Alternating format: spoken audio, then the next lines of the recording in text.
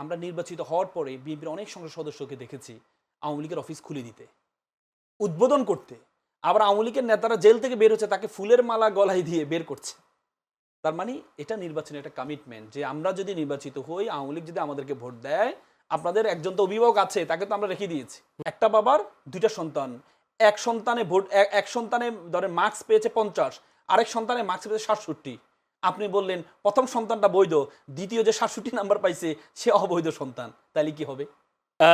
যদি আল মামুন রাসেল, স্বরাষ্ট্রমন্ত্রী সালাউদ্দিন আহমেদ আজকে তিনি বলেছেন, যখন জামায়াত সহ এনসিপি তারা যখন ওয়াকআউট করলেন, তখন তিনি বলেছেন বর্তমান রাষ্ট্রপতি 5 ও 6 আগস্ট এই বিরোধী নেতাদের সঙ্গে আলোচনা করেছেন এবং তার কাছেই অন্তর্বর্তী সরকারের উপদেষ্টার শপথ নিয়েছিলেন। তখন তো আপনারা অস্বীকার করেন, এখন কেন অস্বীকার করছেন বা ওয়াকআউট করার চিন্তা অসংখ্য করছেন? ধন্যবাদ জানুল ভাই, চমৎকার প্রয়াসে আমাকে যুক্ত করার জন্য। সাথে আমার সহ প্যানেলিস্ট মাহবুব ভাই, খুব সিনিয়র সাংবাদিক, ওনাকেও শুভেচ্ছা জানাচ্ছি এবং দর্শক যারা আছে তাদেরকেও শুভেচ্ছা জানাচ্ছি। প্রথম কথা হচ্ছে, দেখেন ওয়াকআউট, মাহবুব ভাই তো বললেন ওয়াকআউট একটা মব সন্ত্রাস। আমি মনে করি ওয়াকআউটটা হচ্ছে একটা গণতান্ত্রিক একটা স্বীকৃত প্রসিডিউর। এটা শুধুমাত্র not only in Bangladesh, each and every country, each and every country. আপনি বলবেন এটা কি সাংবিধানিক? না, সাংবিধানিক না। আমাদের সংবিধানের বাহিরে সংসদ পরিচালনার জন্য একটা রুল অফ প্রসিডিউর আছে, সংবিধান বিধি প্রণালী আছে, সংসদ বিধি প্রণালী আছে। যে সংসদ বিধি প্রণালীর একটা স্বীকৃত প্রতিবাদ হচ্ছে ওয়াকআউট। আপনি দেখেছেন লন্ডন, এই ইংল্যান্ডকে আমরা সভ্য বলি, সেই ইংল্যান্ডের ব্রেক্সিট নিয়ে ওয়াকআউট করেছিল বিরোধী দল। আমরা ভারত আমাদের প্রতিবেশী রাষ্ট্র, অনেকের সময় আমরা ভারতকে আবার অনুকরণ করি। লোকসভায় আপনি ল্যান্ড অ্যাকুইজিশন রুল নিয়ে ওয়াকআউট করেছিলেন। ওয়াকআউটটা মানে হচ্ছে আমি সংসদে আমি স্পিকারের একটা সিদ্ধান্তকে মানছি না, এটার প্রতিবাদ স্বরূপ। এটা বৈধ প্রক্রিয়া, এটা একটা বৈধ প্রক্রিয়া। এখন কথা হচ্ছে প্রতিবাদটা কি ছিল? বিরোধী দলের প্রতিবাদ ছিল যিনি এই রাষ্ট্রপতি, তিনি হচ্ছে ফ্যাসিস্টের দোসর ছিলেন। এখন আপনি প্রশ্ন তুলতে পারেন ওনাকে যেন বক্তব্য দিতে না দেওয়া হয়। কারণ আপনি প্রশ্ন তুলতে পারেন ফ্যাসিস্টের দোসর ওনার হাতে, আপনি যেটা প্রশ্ন করলেন, ওনার হাতে শপথ নিয়েছিল। আপনি জানেন যখন অন্তর্বর্তীকালীন সরকার গঠন হবে, তখন জুলাইয়ের যোদ্ধা যারা ছিল তারা শহীদ মিনারে তারা চেয়েছিল জুলাইয়ে ঘোষণাপত্র প্রকাশ করার জন্য, ঘোষণাপত্র করে সেখানে শপথ নেওয়ার জন্য। কিন্তু তখন বিএনপি বিরোধিতা করেছে। বিএনপি বলছে না, তাহলে এটা রাষ্ট্রপতিকে অবজ্ঞা করা হবে, আর রাষ্ট্রপতিকে যদি অবজ্ঞা করা হয় তাহলে সাংবিধানিক শূন্যতা তৈরি হবে। কেন সাংবিধানিক শূন্যতা তৈরি হবে তারা বলেছেন, এজন্য সাংবিধানিক শূন্যতা তৈরি হবে, রাষ্ট্রপতি তো পদত্যাগ করতে হবে। পদত্যাগ কার কাছে করবে? প্রধানমন্ত্রী নেই, স্পিকারের কাছে করবে, স্পিকারও তো নেই, সবাই পালিয়ে গেছে। তাহলে রাষ্ট্রপতি কার কাছে পদত্যাগ করবে? যেহেতু রাষ্ট্রপতি পদত্যাগ করার জায়গায় নেই, এজন্য রাষ্ট্রপতিকে রাখতে হবে, তাহলে সাংবিধানিক শূন্যতাটা কি হবে? শূন্যতা তৈরি হবে না। এজন্য বিএনপির বিরোধিতার কারণে রাষ্ট্রপতিকে পদত্যাগ করানো যায় নাই। পরবর্তীতে বাধ্য হয়ে, যাতে ওয়ে নেই, শহীদ মিনারও শপথ নেওয়ার সুযোগ হয় নাই।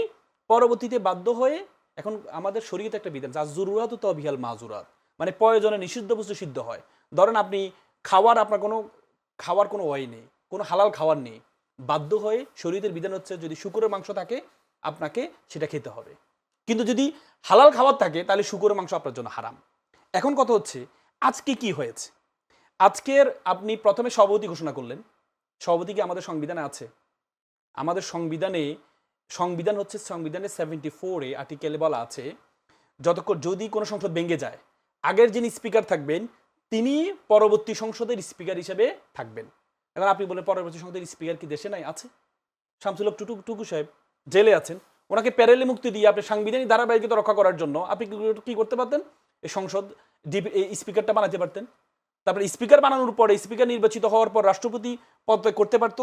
তারপর আপনি এভাবে ধারাবাহিকতা করতে পারতেন। কিন্তু না করে আপনি কি করলেন? সংবিধানের বাইরে গিয়ে একজন সভাপতি ঘোষণা করলেন। এখন আপনি সেটা কোথায় পেলেন? আপনি 1973 সালে একটা প্রেসিডেন্ট নিয়ে আসলেন, উদাহরণ নিয়ে আসলেন। 1973 সালে যখন প্রথম সংসদ, তখন হচ্ছে আব্দুর রশিদ তর্কবাদীকে প্রথম সভাপতি ঘোষণা করা হয় 1973। এটা তো প্রথম সংসদ ছিল। আর আজকের এটা তো প্রথম সংসদ নয়। আজকে তো স্পিকার আছে, স্পিকার জেলে আছে, আপনার জেলে তো আছে। প্যানেলে মুক্তি দিয়ে আপনি করতে পারতেন। এখন কথা হচ্ছে তাহলে আপনি এখন স্পিকার আপনি নির্বাচিত করলেন, যাক আপনি সভাপতি দিয়ে স্পিকার নির্বাচিত করলেন। স্পিকার নির্বাচিত করার পরে আপনার তো হালাল খাবার চলে আসছে। হালাল খাবার কি? আপনার প্রেসিডেন্ট কার কাছে নিতে পারতো এই পদত্যাগপত্র? স্পিকারের কাছে। যদি স্পিকার আছে পদত্যাগ করতো তাহলে এই স্পিকারটা হয়ে যেত ভারপ্রাপ্ত রাষ্ট্রপতি। স্পিকারকে শপথ কে করাতেন তাহলে? হ্যাঁ, আপনাকে এটা আমি বললাম স্পিকার শপথ নেওয়ার পরে। স্পিকার শপথ নেওয়ার পরে স্পিকার শপথটা কার কাছে নেবেন? স্পিকার তো অবশ্যই রাষ্ট্রপতির কাছে, আপনি তো করলেন এটা। আর স্পিকার যদি আপনি আগের স্পিকারে নিয়ে আসেন তাহলে তার রাষ্ট্রপতির কাছে শপথ নেওয়া লাগতো না। আচ্ছা, তাহলে আপনি যখন স্পিকার যখন শপথটা নিল, স্পিকার শপথ নেওয়ার পরে আপনি কি করতে পারতেন? আপনি রাষ্ট্রপতিকে স্পিকারের কাছে পদত্যাগপত্র জমা দিতে পারতেন। এরপরে কি হতো? এই স্পিকারটা হয়ে যেত ভারপ্রাপ্ত রাষ্ট্রপতি, তারপর ডেপুটি স্পিকার হয়ে যেত স্পিকার। তাহলে তো আপনার তো হালাল খাওয়ার এখানে সুযোগ আছে। আগে তো বলেছেন যে স্পিকার এই যে ফ্যাসিস্টের দোসর, তাকে তো সে তো পদত্যাগপত্র দিতে হবে। কার কাছে দিবে? সেই স্পিকার তো আওয়ামী লীগের দোষ, তাহলে কিভাবে করবেন? কার কাছে দিবে? জি, যদি আপনি তো এর আগে বলেছেন কার কাছে তিনি পদত্যাগপত্র জমা দিবেন। এখন তো আপনার সুযোগ ছিল, কিন্তু এরপরও আপনি সেই পদত্যাগপত্রের সুযোগটা দিলেন না। এখন কথা হচ্ছে, দেখেন আমাদের সংবিধানে আর্টিকেল 7(2), আর্টিকেল 7টা হচ্ছে supremacy of constitution, solemn expression will of people. জনগণের অভিপ্রায় হচ্ছে সবার উপরে, জনগণের অভিপ্রায়ের উপর কোনো সুযোগ নেই, জনগণের অভিপ্রায়টা সর্বোচ্চ। আপনি দেখেন আমাদের দ্বিচারিতার জায়গাটা কোথায় জানেন? যদি আমি একটু বলি, জনগণের অভিপ্রায় যদি বলি তাহলে তো বিএনপি জনগণের অভিপ্রায় বেশি পেল না? 212-13টা আসন পেয়েছে। কিন্তু একটা বাবা দুইটা সন্তান, একটা বাবার দুইটা সন্তান, এক সন্তানে ধরেন মার্কস পেয়েছে 50, আরেক সন্তানে মার্কস পেয়েছে 67। আপনি বললেন প্রথম সন্তানটা বৈধ, দ্বিতীয় যে 67 নাম্বার পাইছে সে অবৈধ সন্তান, তাহলে কি হবে? জনগণের অভিপ্রায় তো দুইটাই। গণভোট, আপনাকে একটা জনগণ ভোট দিয়েছে দুই ধরনের ভোট। একটা হচ্ছে দেশ কে চালাবে দিয়েছে, প্রধানমন্ত্রী চালাচ্ছে, আর দেশ কিভাবে চলবে সেটাও তো অভিপ্রায় দিয়েছে।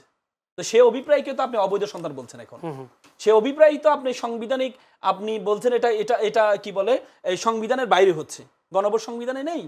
কিন্তু 2024 সালে এই যে পঞ্চদশ সংশোধনী, এটাতে বাতিল করা হয়েছে। ক্লোজিং এ চলে বিএনপি কেন তাহলে রাষ্ট্রপতিকে রেখে দিলেন বলে মনে হচ্ছে আপনার? সেটা আমার কাছে মনে হয় এটা একটা কমিটমেন্ট। কিরকম কমিটমেন্ট? নির্বাচনী কমিটমেন্ট। কিরকম বিষয়টা? কেমন কমিটমেন্ট আমি বলি।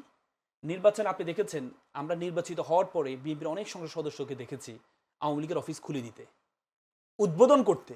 আবার আওয়ামী লীগের নেতারা জেল থেকে বের হচ্ছে, তাকে ফুলের মালা গলায় দিয়ে বের করছে। তার মানে এটা নির্বাচনের একটা কমিটমেন্ট, যে আমরা যদি নির্বাচিত হই, আওয়ামী লীগ যদি আমাদেরকে ভোট দেয়, আপনাদের একজন তো অভিভাবক আছে, তাকে তো আমরা রেখে দিয়েছি। আমাদের কারণেই তো আপনি দেখেছেন আওয়ামী লীগকে নিষিদ্ধ করা যায় না, কিন্তু বিএনপির কারণে। প্রথমে নিষিদ্ধ করা যায় না, পরবর্তীতে এনসিপি জামাত আন্দোলন করার পরে পরবর্তী আওয়ামী লীগকে নিষিদ্ধ করা হয়েছে। এর রাষ্ট্রপতিকে সরানো যায় না কার কারণে? বিএনপির কারণে। তো তাহলে বিএনপি এটা প্রকাশ করেছে নির্বাচনী কমিটমেন্ট। হ্যাঁ, এটা কমিটমেন্ট।